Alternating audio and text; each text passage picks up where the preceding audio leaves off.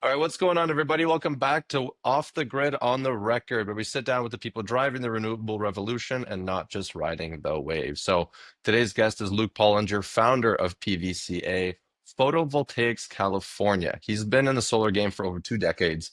He has worked with every big name in the industry and now runs one of the few companies focused purely on high quality service in the commercial and utility space. So, Luke, thanks for being here. How's your day going?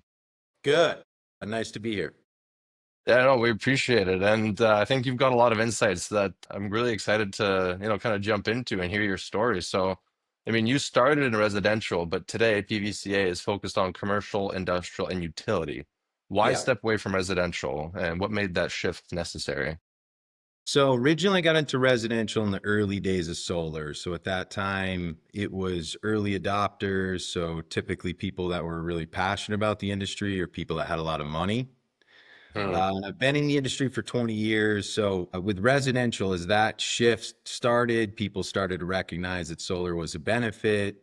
Then that's when small commercial started. And then you had first kind of utility sites on a small Hmm. scale.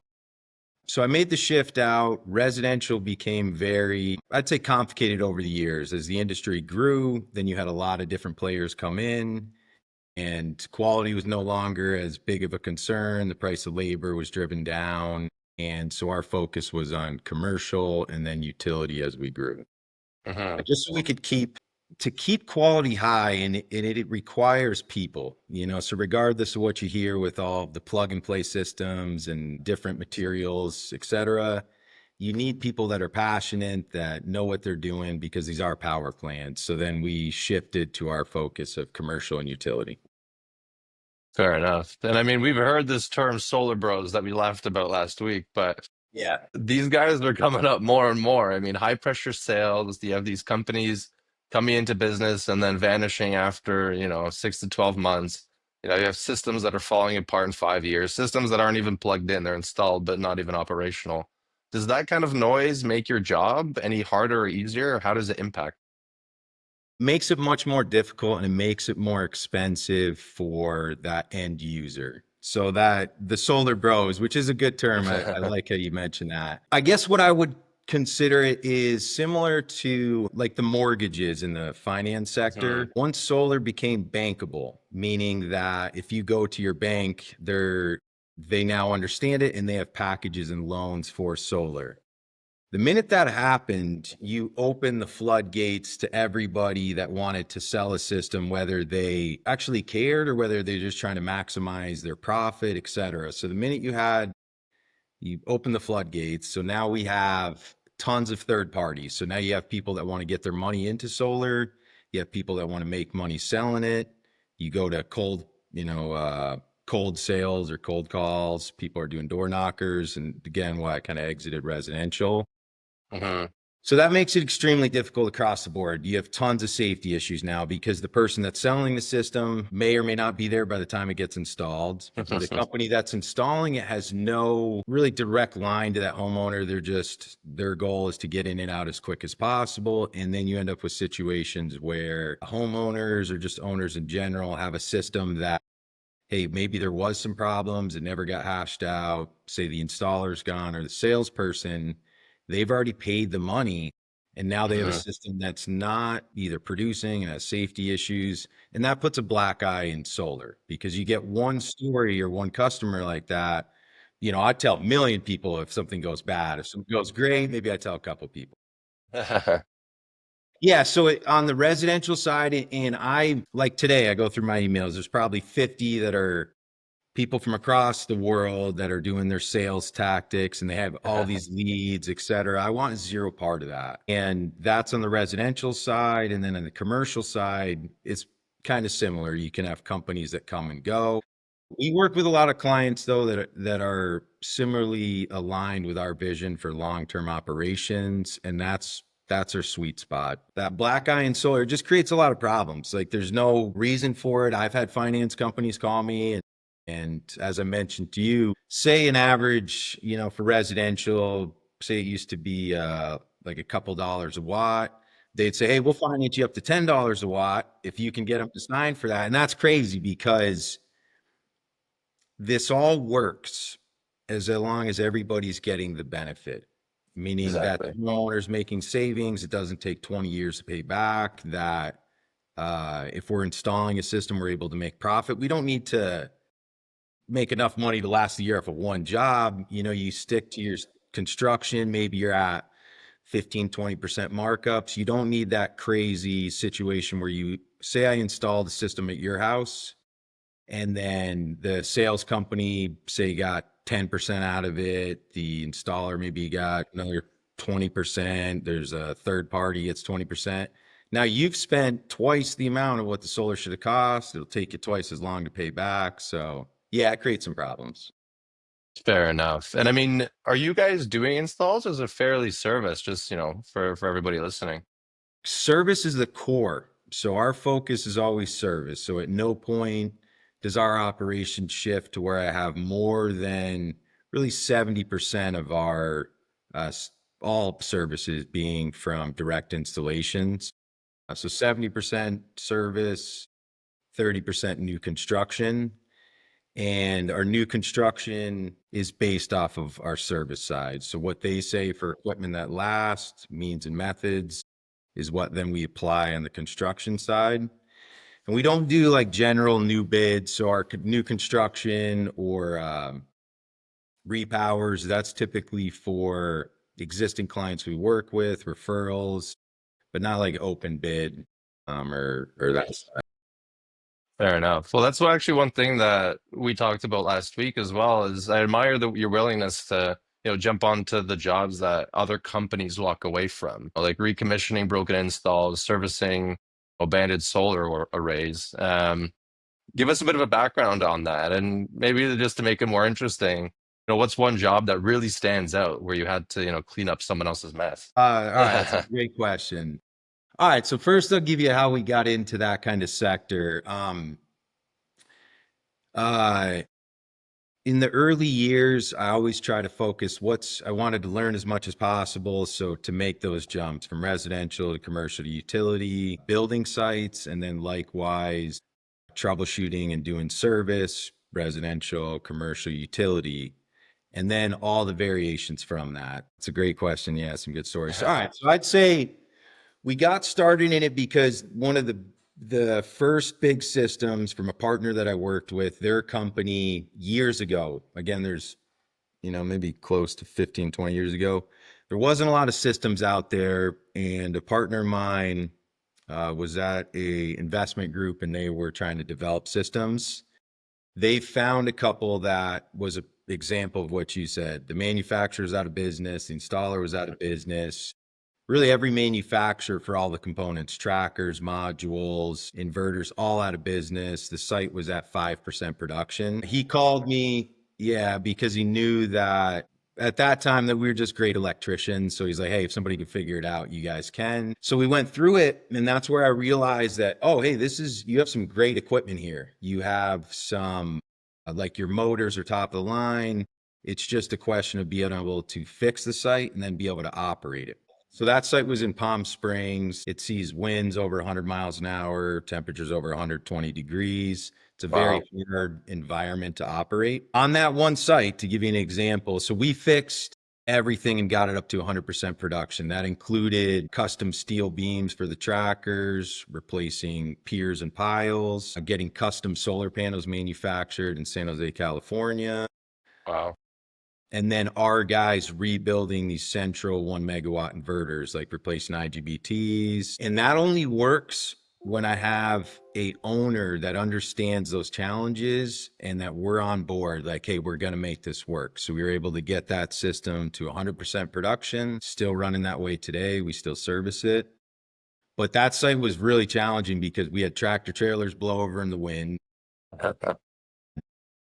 heat stress, because it'd get so hot you couldn't pick up a shovel. So when it's Wow. 116 degrees ambient, like it's too hot for you to grab the shovel. We do 20-minute cycles, 20 minutes on, 20 off. Fair enough. So yeah, that's how I first got started. And then I kind of positioned ourselves for that. Hey, we want whatever's the most technical, but but most people don't get into that because the liability is immense and your profit margin is low. versus, hey, I can build a new system, like, get finance for whatever, sell it high, and it's, everything's warranted, or you're selling it that way. You can just throw it on the ground and kind of come and go. So, yeah, I mean, I could do weeks of podcasts and show you like transformers that have blown up, equipment, that's just all conditions, because we get called into really everything. Yeah, a little bit of everything. It's huge. I'm sure those clients are kind of with you for life after that. That kind of trust is pretty rare these days. Is that something that you're seeing? Oh, man, it's dwindling, but it shouldn't. All right. So like across the board, not just our industry, if you could get back to that point where people do what they say and you trust somebody's word, you could eliminate so many costs. The lawyers that I have to spend to go over contracts, the crazy insurance policies, because everybody wants something short up 3 ways from Sunday. So I have to performance bond, bid bond. So now I've taken a project, like as an example, say you want me to do a solar system in your house, but then I have to do there's zero trust, lawyers, contracts, insurance. Again, we're just stacking all these costs. All these people are getting money, but it's not making the system any better. Exactly. So to your point, I'll be honest, I got a big leg up in this industry because of one of my clients, Carrie, and they're out of Minnesota. I'd worked for them when I was at another company. I was just a service technician, but she really liked me. She's like, no, this is like, I don't want anybody else on my sites. And then so I called her, I was like, hey, I'm going to be, departing in 6 months. And so she took a shot with me, and she's like, well, listen, I'll prepay you for just 2,080 hours a year. I just want you to roll around in my sites. And so Wow. grab a dog and we just roll around driving site to site. And then after day one, I was like, oh, I don't need any of the, like, I don't care about the money. I was like, I need guys and trucks so that I don't have to call Yeah. somebody else if I need to fix something. Yeah, there's the trust is really all of it. Like our mission statement at PVCA is through trust, cooperation, and innovation. Trust is first because I mean, you could do anything. You go to the moon as long as, again, people are motivated and aim in that same direction. So we work with some really good clients. And when I say that, it means the clients are focused on 20+ year operations. They're not churn and burn developers or just trying to, get rid of an asset. They care about safety. They care about the host customer, all of it. That's what we like to see. It's huge. I love that. And I think it's a very important point too, because there's so much more technology out there nowadays that you have people throwing, different items and different, just different tech overall at customers. And you have batteries, microgrids, you got the better monitoring, there's AI. I mean, there's so much noise out there. What's actually moving the needle for your clients, and what are you seeing that has the best results? A great one too. There is a lot of technology, almost too much in the solar space. So if we were talking HVAC or substation, high voltage work, those industries or those sectors have been around for more than 50 years. So there's a lot more standards. So like in the HVAC market, there's maybe 3 or 4 major carriers. There's more training certification, but there's on the major side, there's a lot of miscellaneous equipment out in HVAC as well. Mhm. So the more standardized an industry gets, the better you can kind of control the quality and then the materials coming in. So right now in solar, it's tough because the US manufacturing's, pretty low to nothing. And so, and the reality is the Asia and Chinese manufacturing and companies, they're able to manufacture at a pace that we can't. So they can develop a product, release it, and ship it before I even have the manual to operate it. Fair enough. Now, so what I'd love to say is I wished we stuck with like the Fronius SMA 600-volt grounded system that was around 20 years ago, because even though it's not as efficient, you're going to gain all this efficiency. At least everybody would know it. We would have equipment on the shelves, there'd be no downtime, et cetera, but that's not the way technology works. So right now it is kind of tough because each sector, utilities growing 1500 volt, 2000 volt, 2500 volt. They're switching to 600 volt AC tie-ins and higher and higher. Hmm. Residential, you've gone up in voltage. So there is a lot of equipment. I would say I'd expect in 5 years, it'll kind of, I would anticipate with more US manufacturing, we get a little bit more standardized and it's easier. For residential, it's kind of all in one solutions. You go with one manufacturer, commercial, utility. There's a ton of equipment. And what I could say is what I tell our clients is I always recommend, hey, don't go with a manufacturer that hasn't been around at least 10 years. You want somebody Hmm. that can support their warranty. We don't install equipment that hasn't been leased in the field for a couple years. But the reality is most people are throwing in like first generation equipment. Likewise, I don't buy the first generation anything that comes out. Ford's first EV, you're going to have issues. They're working it out and they're figuring it out. So I don't know. I would say I'm not a big fan of like trying to, hey, this new technology that's not tested will gain you 10%. I'd say, hey, scrap it. It's not worth it. On utility scale, it typically can pencil out, but you need operators to operate it. So Hmm. be very cautious with equipment. And I say go with manufacturers who've been there. The best manufacturer, just to be honest with you, or for long-term support. I have seen Panasonic do more for their warranties than any company I've seen ever. Meaning I've Wow. seen Panasonic come in for a customer, say you're a customer, you bought Panasonic modules 19 years ago. That warranty expires next year. I've seen Panasonic come in and pay for the labor and material to replace your entire system Wow. because they don't want a bad name out there. Now, most manufacturers are going to do everything to be like, no, it's not a problem. We're out of warranty, et cetera. So there are good manufacturers. Panasonic panels come at a premium though. So if you buy those, Hmm. they're going to be a few cents more. Uh, Things will get a little better there. I wish there was a little less of the technology. And then I'd say just Fair be enough. cautious with anything that's brand new. And then, yeah, I guess the AI is the big thing across all industries right now. Yes, there's a lot of good use cases for AI.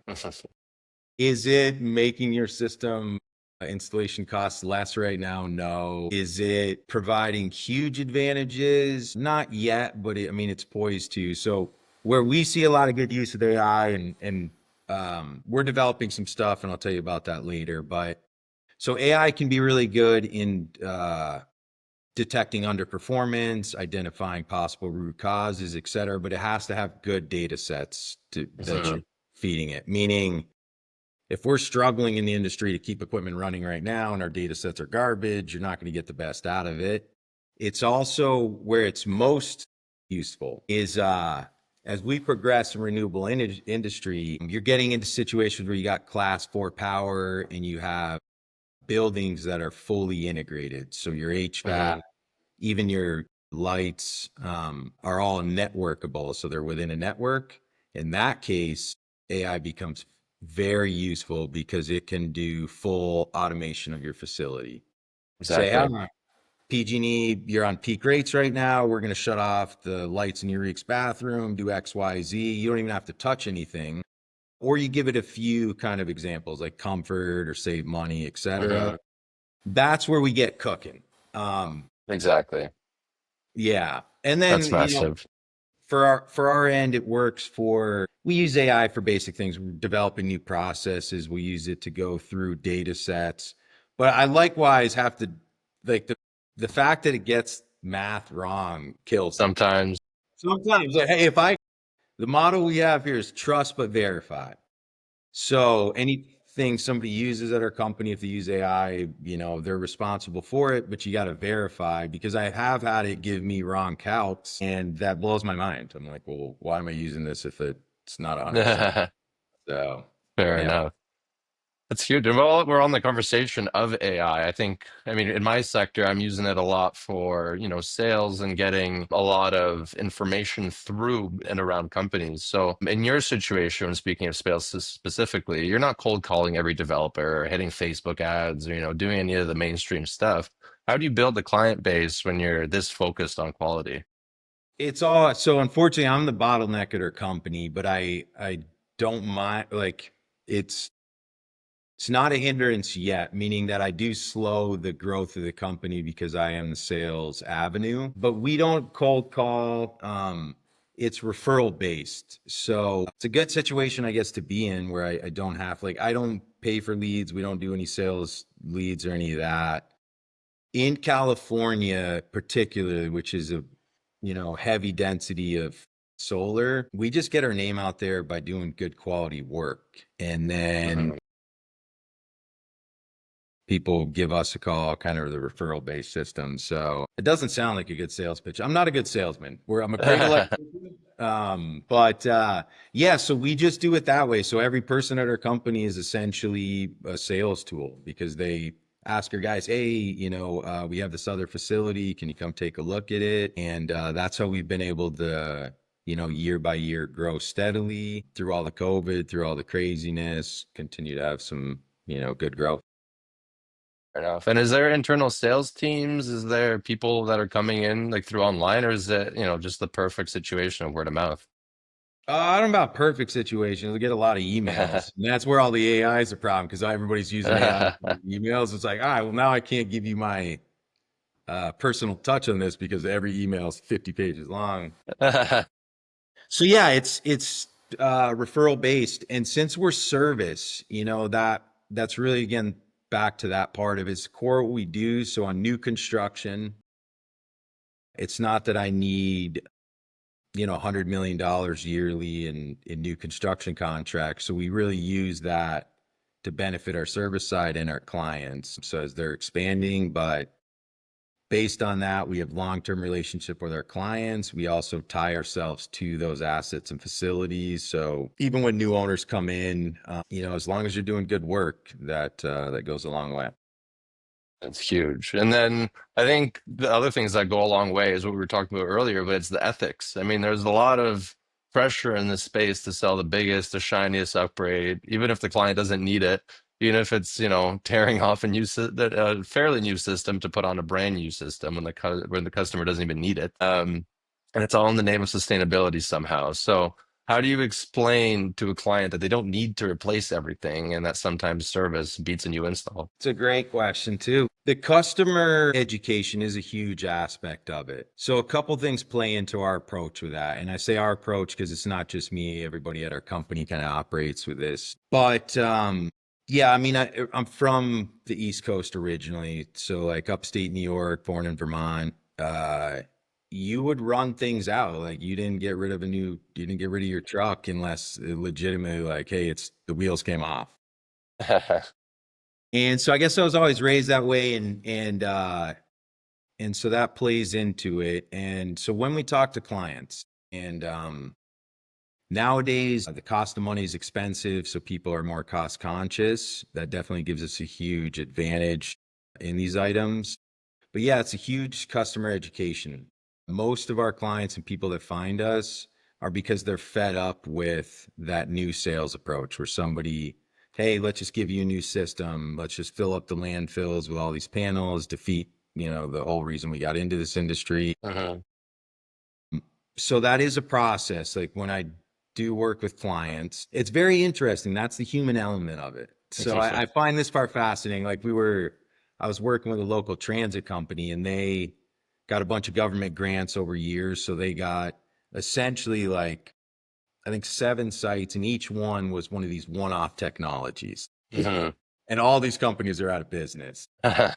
So I go through all the systems and I'll give them like a due diligence. Hey, here is how that system currently is, the state. This is what you can do with it. This is the usable life of the equipment. This is how much it would cost to replace. And it takes a lot of time and effort to do that. And then it all gets back to trust. So in that instance, it was fascinating because I explained to them, hey, here's all your options. And I gave them repair options. and they're used to that model where somebody comes in, just, sells them something. So they ultimately decided, I also gave them an option like, hey, listen, we will come in and take care of everything if you don't have the money to pay for this. And ultimately, I think they thought there was some extra value there. So then what did they end up doing? It's still just sitting as it is, because that one requires like board approvals. So it's unfortunate that you can't quite get something repaired and you're sitting with a non-generating asset. But yeah, it's an education process. And for it to work, most instances, we want to make sure that that client's also able to maintain their facility. So we work with some water districts in the Central Valley. We'll send our guys to train their electricians on all the maintenance. We came in and we dealt with like 8 megawatts of repowers because they had bad Trina panels. Hmm. But then we made sure, hey, we show them how to do all the testing, maintenance, and then they're self-sustaining and they only call us if there's big problems. That's how we all succeed here. I don't need to service all these sites. We can train people and allow them to be self-sufficient if they need to be more cost conscious. If you don't care about the cost, then you can pay third parties to take care of it. But you got to kind of look at that holistic approach. And the old school triple constraints for project management. This is Yeah, kind of scope, schedule, and cost. fair Everything enough. should be assessed based off that. So if you're a client and you say, hey, I have this system, but I know the scope and I need it done in this much time, well, then, schedule is kind of the one thing you can't control. So it kind of depends on what two factors they really want. So if in any situation, if cost is a big factor, then you're best to service that site, get all the usable life out of that system, run it to 25, 30 years, Mhm. if you can, or make sure this, I guess it all boils down to this. If you're paying us to come out and service a site that's existing, the service that we do should pay for itself. Meaning, Fair enough. that's how it works. So with all these commercial and utility sites, especially during peak season like this summer, these sites will tens of thousands of dollars on the big ones a day. So we'll be on site within 4 hours if a piece of equipment goes offline, get it up and running, because in that afternoon, that piece of equipment generated enough savings that exceeded what I charged them for that dispatch. So Exactly. we're not detailing cars. Like, what we are doing should pay for itself. And if it doesn't, we shouldn't be there. Like, that's the reality of how this works. And we Fair won't be enough. not going to charge somebody if we're not doing anything. That makes sense. That's a good way to look at it, actually. I like that. It's an interesting perspective. Hmm. And I guess I like slowly closing out now. What's next for PVCA? Are you expanding? I mean, you told me that you're, limiting how much you're growing each year. How much are you growing? And is there any new tech you're looking at, any new regions to expand into? Great question, sir. All right. So the growth, which has been awesome, and it's a relation of our team, everybody from my controller, Cheryl Tinney, who I trust inherently. So first it starts there. She is my director of finance, and from the East Coast, I trust her. I don't trust the Wall Street people or any of that. She has the best ethics of any person, and she is a badass. And that goes through everybody from our office to our field, et cetera. So year by year, we've had about that 35% growth, which has been great. Hmm. The next steps, like what we're working on, is really twofold. So I've been trying to buy some of the worst solar sites out there, because then we can buy them as a company, and then everybody at the company can either invest their time or money and get shares of that asset, and we'll run it 100% availability. It'll never be offline. Hmm. You Yeah. couldn't ask for a better operator. So just waiting for the right deal. And then the real big push is we are doing I've gotten fed up with all of these subscriptions. So if you're a solar, commercial solar or commercial solar customer, you're typically paying for third party monitoring through like STEM, also Energy, or one of these platforms. And then you have subscriptions for other stuff. It might be like soil sensors or other things. I hate Hmm. the subscription world that we're in. So we're releasing our own monitoring SCADA system that I've developed with these South Africans, and we only developed it because we got called in to fix California's first microgrids. It never worked. Mhm. So now, and I didn't know what I didn't know. So I wouldn't have contracted those jobs if I understood how complicated it was. So I called in all my favors, and these South Africans are phenomenal. And so Yeah. we've developed it from the ground up, proprietary. So it's fully manufactured and developed by us. And it's can either be made here or in South Africa. And what it lets us do is, especially via batteries, it's full control. So they were able to essentially, they're for sure the best at what they do. They could come in and in less than 8 hours, jailbreak your Tesla and have it charge your house, do whatever you want. So it's going to be agnostic, meaning it'll monitor and control any kind of equipment. It doesn't matter who the manufacturer is. It has the capability for AI modules to be added in or removed. Mhm. Locally, it can run all your scheduling, and then it's going to be really low cost, so I can wreck the models for everybody else out there. So yeah, the PVCA monitor and roll out some of our own systems. Yeah, we got some other cool things, but they won't be coming out till kind of mid or end of next year. So between now and the end of the year, we're going to finish up the monitoring. We're focused on finding some solar sites that we can own and operate and just continuing the growth. That's fantastic. I'd love to hear more. I mean, you're building something huge and there's a lot of potential, a lot of insight you shared. I mean, it's been an awesome conversation. It's, really clear that long-term service and trust are really what set you apart. And the industry definitely needs more of that from We get lots some of of it. some of the areas that I've been in and been working within. It's pretty refreshing to hear. For everyone listening, check out PVCA, whether you've got an aging system that needs help or, commercial install you actually want to last. Luke's your guy. So, Luke, where can everybody go to learn more about you and about the company? Just pvca.com. So www.pvca.com. And then I can just shoot an email through there or just info@pvca. And otherwise, we operate California along the West Coast, so Arizona and surrounding states. And yeah, let her prove our worth. And if you got a really complicated technical issue with batteries, whatever, give us a call.